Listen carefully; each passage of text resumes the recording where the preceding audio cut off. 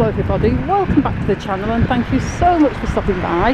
Today it is Thursday the 10th of December.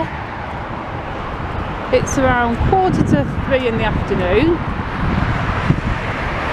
and as you can probably hear, it is a windy day in Blackpool. I am trying to keep the camera out of the wind, and this is going to be another Memories of Blackpool Bygone Days episode. And in this one I'm going to talk about my Nans Cafe on Central Drive. When I was little and through my teens, my nan owned a cafe on Central Drive. It was called Gay's Tea Garden, named after my auntie, and it was opposite where the Yorkshire Bank was, just a couple of doors down from Harry Johnson's paper shop. I have mentioned my Nans Cafe in other walkabout videos, and my Nans Cafe back in its day in the early 80s was really popular. My nan was an excellent cook. She did a set menu of a roast dinner, and you could either have braised steak, roast beef, roast lamb, and occasionally pork, and roast potatoes or boiled potatoes, and you got your 2 veg and your gravy and everything. And that also came with a mug of tea or coffee, or a cold drink if you wanted one, and a dessert. The desserts were usually peaches and ice cream, or a slice of what was similar to a Viennetta but not a Viennetta. And the cafe had 12 tables, and if the tables were all full, it seated about 50, because some of the tables would seat more than 4, especially the big one in the window. And as soon as the cafe opened up at around 8 AM, it would immediately fill.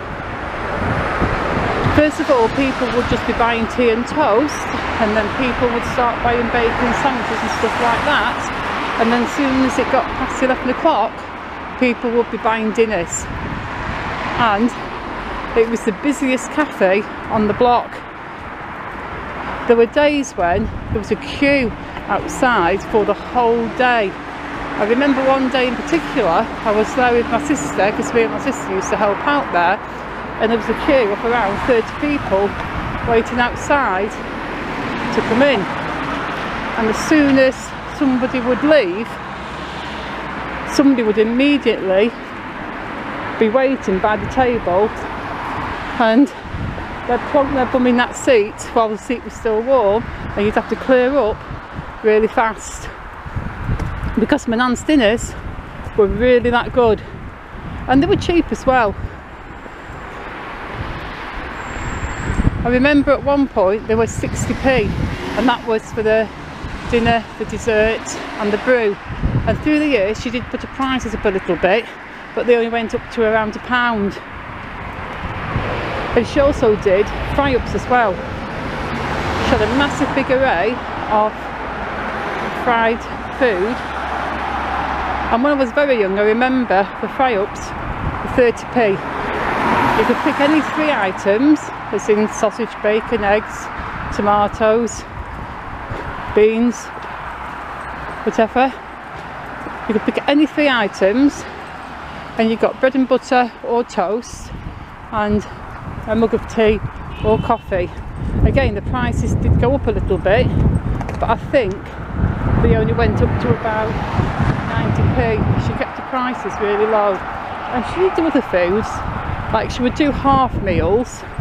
So if a family came in with a small child, she would make the same meal if it was a dinner, but just a smaller portion on a smaller plate. And if the child wanted a fried meal, she'd say like any 2 items for half the price. And she also did other stuff like poached eggs on toast or cheese on toast or beans on toast, etc. You know, the basic sort of cafe stuff. But I remember that people who would come in the cafe, families with grandparents and children and grandchildren, they would come in for years and years. Because I remember there was one family and they literally came in every summer for around 10 years because they brought a little toddler in at first, and by the time they stopped coming in, she was ready for high school. So when I was growing up, I almost always had a summer job there if I wanted one, because I would either serve and clear the tables or just make teas and coffees. But it was hard work, not going to lie. The cafe used to get literally packed,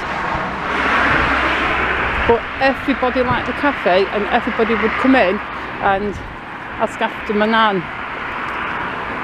Now some mornings, especially through the winter when it was quieter, the cafe would be mostly empty or almost empty for the first few hours in the morning, and there was a group of guys that used to be homeless or sleep rough or whatever, and they used to hang around outside Bethesda toilets at the time, and they would come in as soon as the cafe opened and sit down, because my nan, she used to have a heater on in the cafe and she would have a little coloured telly up on a shelf.